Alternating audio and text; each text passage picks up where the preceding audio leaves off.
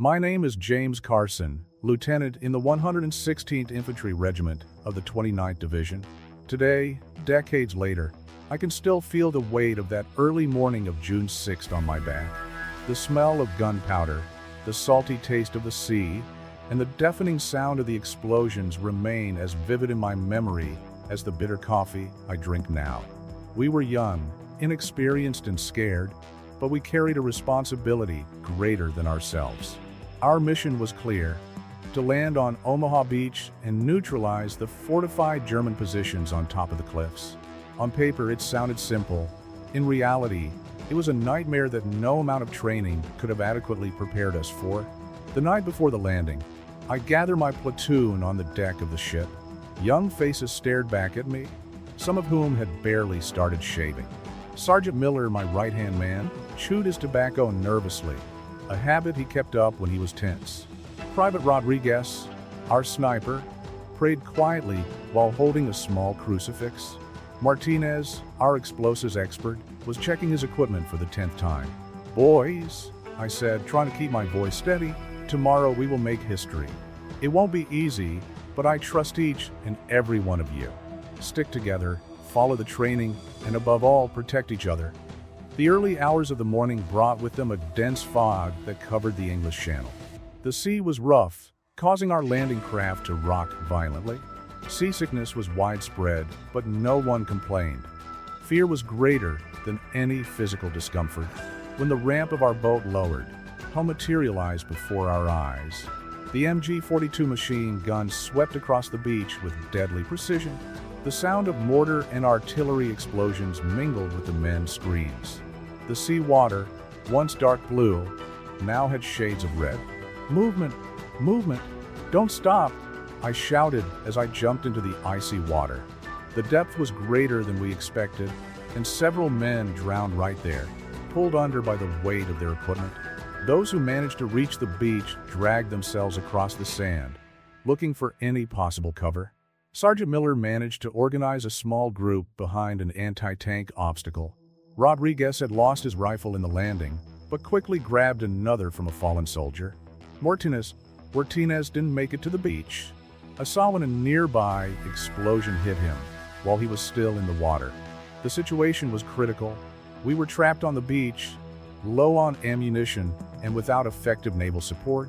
The cliffs above us seemed insurmountable, with the Germans having a clear view of our positions.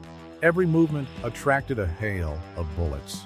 "Lieutenant," Miller shouted over the deafening noise, "we must do something or we will be massacred here." He was right. I looked around and saw other platoons in the same situation. Some officers had fallen, leaving their men without leadership. It was time to make a decision. "Miller, round up whoever you can. Rodriguez, provide cover. Let's try that ravine on the right. It may be our only chance of getting up those cliffs." The plan was risky, but it was better than dying on the beach. Using hand signals, I coordinated with other groups nearby. We needed volume of fire to stand a chance. "On my mark," I shouted, feeling my heart hammering in my chest. 3, 2, 1, suppression fire. The combined roar of dozens of M1 Garand and Thompson rifles filled the air. The Germans retreated momentarily, surprised by the intensity of the counterattack. It was our chance.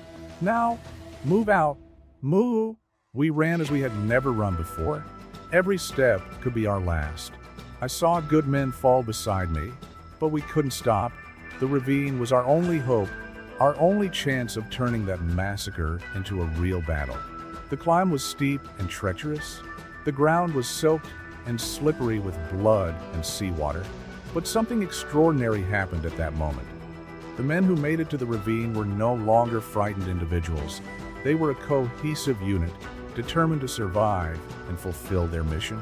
Rodriguez found a privileged firing position and began to provide cover for other groups attempting the same route. Miller organized the men into small assault squads. We were beginning to make progress. That day would forever change not only the course of the war, but also the life of every man who set foot on that beach. Some would later say it was heroism, others would call it madness. For me, it was simply a question of survival and duty. We weren't heroes, We were just young men trying to stay alive while carrying the weight of history on our shoulders. And that morning on Omaha Beach was just the beginning of our journey through hell. The climb up the ravine was one of the most intense moments of my military life. Every meter gained was a small victory, but also an opportunity for the German snipers to turn us into easy targets. Sweat dripped down my face, mixing with the salt water that still soaked my uniform. Maintain a zigzag formation, I instructed my men, remembering their training. Don't give those snipers up there a chance. Sergeant Miller organized groups of 3 men to advance alternately, while Rodriguez, our sniper, provided cover with impressive precision. Each time he fired, we heard shouts in German from the cliff top as he was hitting his targets. "Lieutenant," whispered Miller between gasping breaths, "we found something interesting." He pointed to a small hollow in the ravine wall. It looks like an entrance to a tunnel or bunker. It was a potentially vital discovery. The Germans had built an extensive network of bunkers and tunnels along the coast, and finding an entrance could give us a significant strategic advantage. "Peterson," I called our communications specialist, contact command. "Coordinates Charlie 09er. Possible bunker entrance located." I organized a reconnaissance team. Corporal Wilson, a Kansas farmer who had a natural talent for orienteering in difficult terrain, led the group. 5 minutes only, I instructed. "If you encounter resistance, retreat immediately." While we waited, we continued our methodical advance down the ravine. The sound of the battle on the beach still echoed below us, reminding us of our companions who were still struggling to reach our position. Rodriguez maintained his vigilance, eliminating any suspicious movement at the top of the cliff. Wilson returned within 4 minutes, his face a mixture of urgency and discovery. "Lieutenant, the tunnel connects to a larger network. We found maps and documents in a hastily abandoned command room. We seem to have taken them by surprise from this end. This information changed everything. If we could use these tunnels, we could outflank the German positions and open the way for the troops trapped on the beach." Miller reorganized the men. "I want 2 teams, one to hold this position and provide cover for the other platoons coming up, and another to explore these tunnels." The plan was risky but calculated. I divided my men into tactical groups, ensuring that each had a mix of the necessary skills. Rodriguez would take the cover team. We needed his eagle eyes to keep the Germans busy. Remember, I instructed before we entered the tunnels, silencers on the rifles. Communication by signal only. If you encounter resistance, use only melee weapons if possible. We don't want to alert the whole complex to our presence. The inside of the bunker was a maze of narrow, damp corridors. The smell of wet concrete and burnt gunpowder filled the air. Markings on the walls indicated a hasty evacuation. The Germans hadn't expected an attack from this flank. We advanced methodically, room by room, corridor by corridor. We found more maps, documents, and most importantly, a stockpile of ammunition that would be vital for our troops. Wilson, with his photographic memory, began to draw a makeshift map of our progress. "Lieutenant," signaled one of the men, pointing to markings on the ceiling. "These are direction markers. They point to the main artillery positions." It was like finding a treasure map in the midst of chaos. By following these markings, we could locate and neutralize the batteries that were massacring our troops on the beach. The muffled sound of German boots above us indicated that the enemy had not yet noticed our infiltration. Every step had to be calculated. Every decision could mean the difference between success and failure. "Look," whispered Miller, pointing to a metal ladder that climbed through the ceiling. "This should lead straight to one of the machine gun nests." It was our chance to make a real difference in this battle. I signaled for 3 men to follow me, while the rest of the group continued mapping the tunnels. The climb up the ladder was one of the most tense moments of my life. Every step could be the last. What we found at the top would change the course of the battle at Omaha Beach, but that's a story for another time. What I can say is that day taught us that war is not won with brute force alone, but with adaptability, intelligence, and above all, the courage to seize every opportunity that arises, no matter how dangerous it may seem. The discovery of those tunnels was just the beginning of a series of events that would turn that bloody day into one of the most crucial operations of the war. And we, a group of young American soldiers, were about to make history, even if we didn't know it at the time. The metal staircase leading to the machine gun nest seemed endless. Each step brought us closer to an inevitable confrontation, and the weight of this reality weighed heavily on our shoulders. Wilson, Miller, and I, along with 2 other soldiers, climbed in absolute silence, our boots wrapped in rags to muffle any noise. 3 men, signaled Wilson, who was leading the way. After peering through a small gap in the top hatch, the Germans were focused on the beach, their MG-42s still punishing our comrades below. I exchanged glances with Miller, who nodded. Years of training together allowed us to communicate entire plans without a word. 3 fingers raised, then 2, then 1. On the signal, we burst through the hatch. The surprise was total. Before the Germans could react, we had already neutralized the position.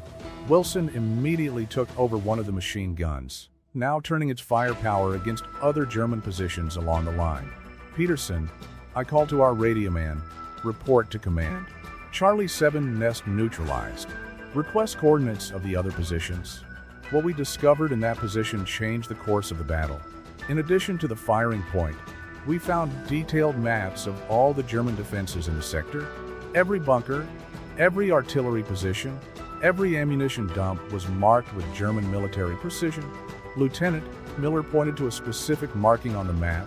That artillery position over there is slaughtering our 3rd landing wave. If we can neutralize it, we can clear the way for the rest of the division. I completed his thought. I quickly organized our next move. Wilson would remain on the machine gun, providing cover. Miller would lead a group through the tunnels to flank the artillery, while I would coordinate a frontal attack to distract their defenses. Rodriguez, I radioed to our sniper who was still in the ravine. I need you and your team to keep constant pressure on the German line. We're going to try something risky up here. The plan began to unfold like a deadly dance. While Rodriguez and his team kept the Germans busy with accurate fire, Miller and his group moved silently through the tunnels. My team advanced from cover to cover, attracting the enemy's attention. The sound of battle was deafening, but something was changing. More and more American soldiers managed to reach our position in the ravine, strengthening our line.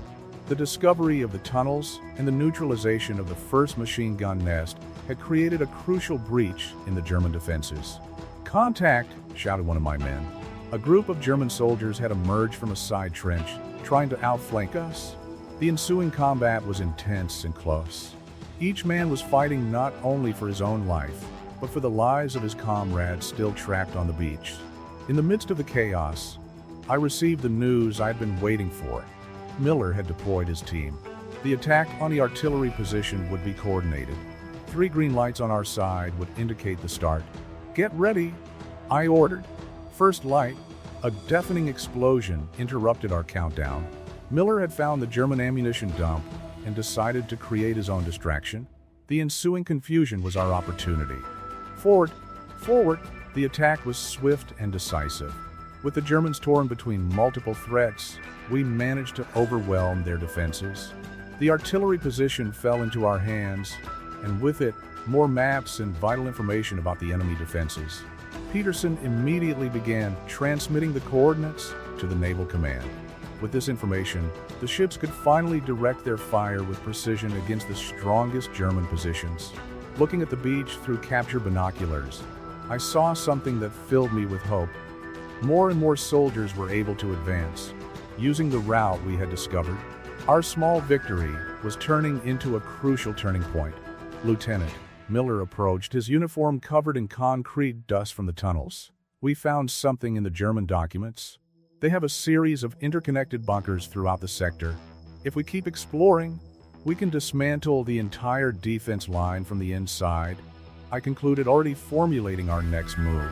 The battle for Omaha Beach was far from over, but now we had a real chance of victory.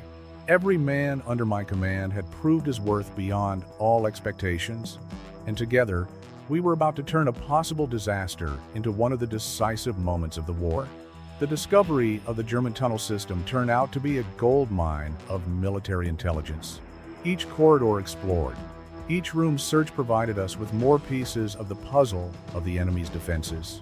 Miller and I were studying the captured maps when Peterson burst into the makeshift command room. "Lieutenant, we've intercepted German communications. They're planning a massive counterattack. They believe they can push us back into the sea." This information changed everything. Our initial advance had been significant, but we were still vulnerable. Many of our troops remained trapped on the beach, and our position on the cliffs, although strategic, was precarious. "Rodriguez," I called over the radio. "What's the situation on the front line?" "More companies have made it up the ravine, sir, but the Germans are regrouping. I see significant movement about 800 meters to the northeast." Wilson, who had become our expert on navigating the tunnels, pointed to a specific section of the map. "Here, Lieutenant. This tunnel leads directly behind the positions where they're concentrating." It was a unique opportunity to surprise the Germans before they could launch their counterattack. But it was also extremely risky.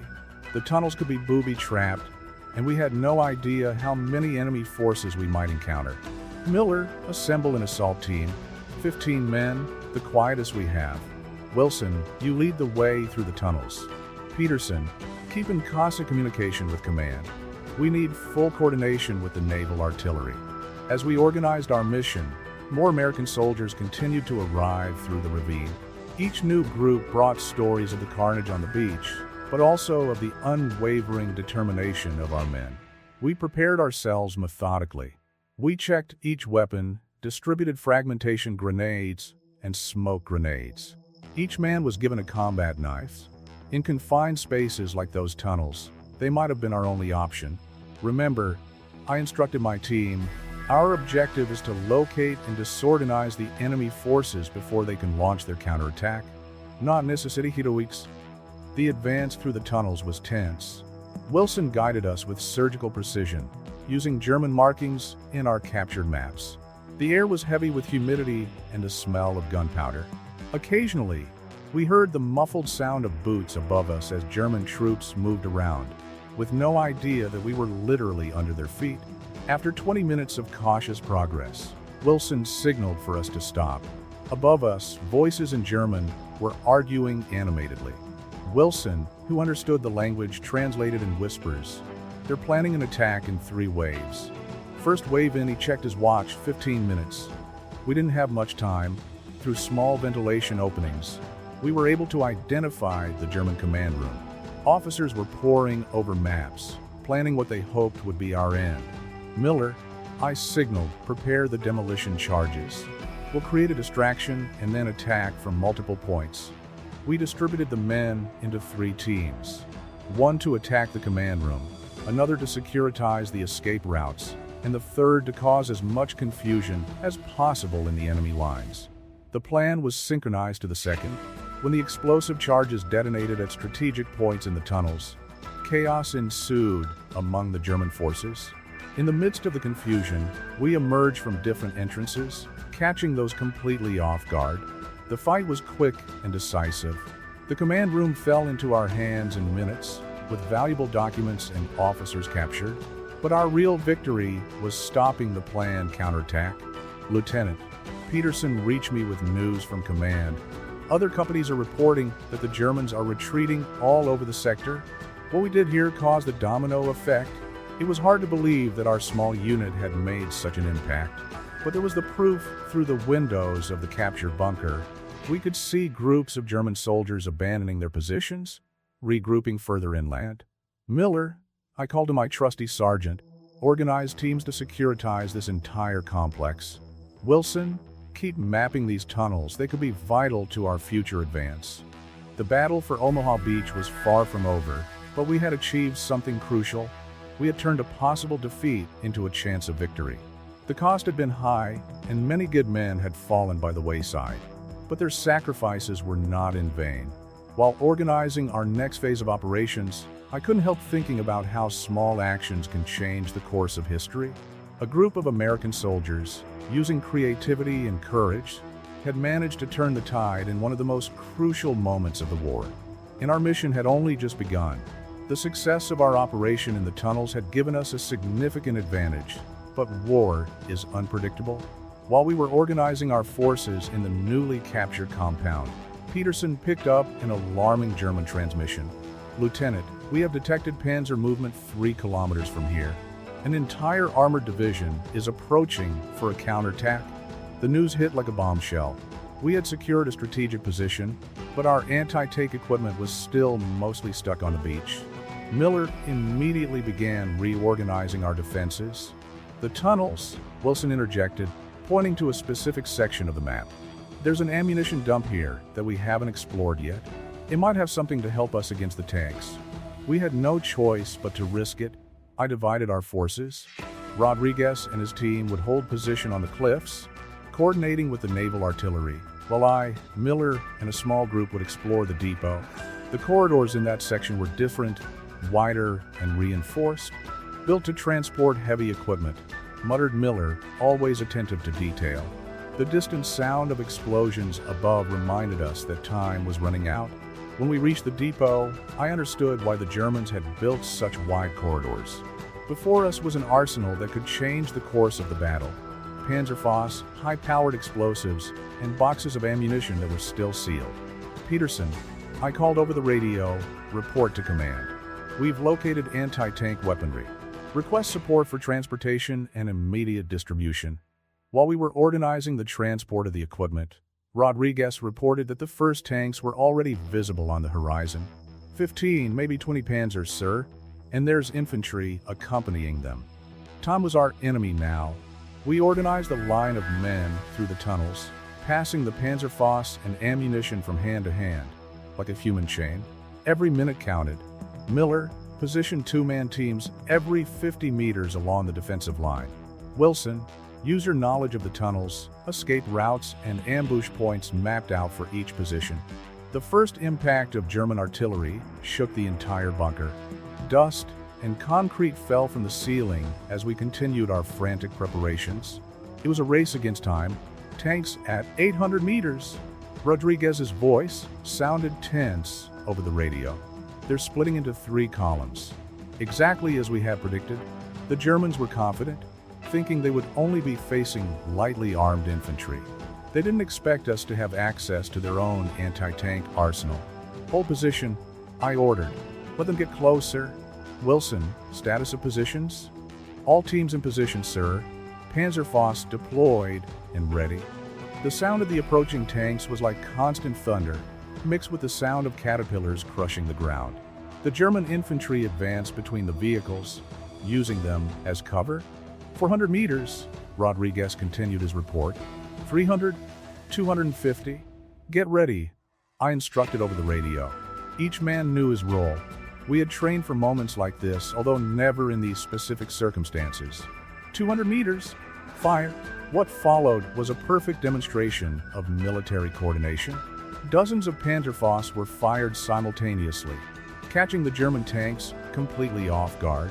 The explosions turned the morning into an inferno of twisted metal and flames. The German infantry, suddenly exposed, tried to retreat, but fell under the precise fire of Rodriguez and his snipers. The battle they had hoped would be an easy victory had turned into a death trap. Second tank destroyed. Third, fourth, updates came over the radio in rapid succession. Miller coordinated the reloading and redeployment of the Panzerfaust, keeping our line of defense effective. Wilson used his knowledge of the tunnels to quickly move reinforcements and ammunition to where they were most needed. In less than 20 minutes, what was supposed to be a devastating counterattack had turned into a German defeat. The surviving tanks were retreating, leaving behind a landscape of destruction and infantry in complete chaos. "Peterson, update the command," I ordered, allowing myself a brief moment of relief. Enemy counterattack repelled, requesting support to consolidate position. That battle had done more than just secure our position on the cliffs. It had proved that even against superior forces, the combination of intelligence, preparation, and courage could make the difference. As I watched my men reorganizing our defenses, I couldn't help but think about how every little decision, every moment of adaptation and improvisation had brought us to this point. The war wasn't over yet, but that day, on that beach, we had taken a significant step towards victory. and there was still another chapter of this story to be written. The days that followed our defense against the Panzers were crucial to consolidating our position in Omaha. As commanding officer, I knew that every decision made could mean the difference between life and death for my men. Lieutenant, Miller approached with an updated map.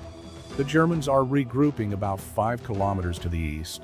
Our patrols reported significant movement during the night. The news didn't surprise me. The enemy had suffered significant losses, but the Wehrmacht was known for its resilience. Rodriguez, from his observation post, confirmed the movement through his telescope.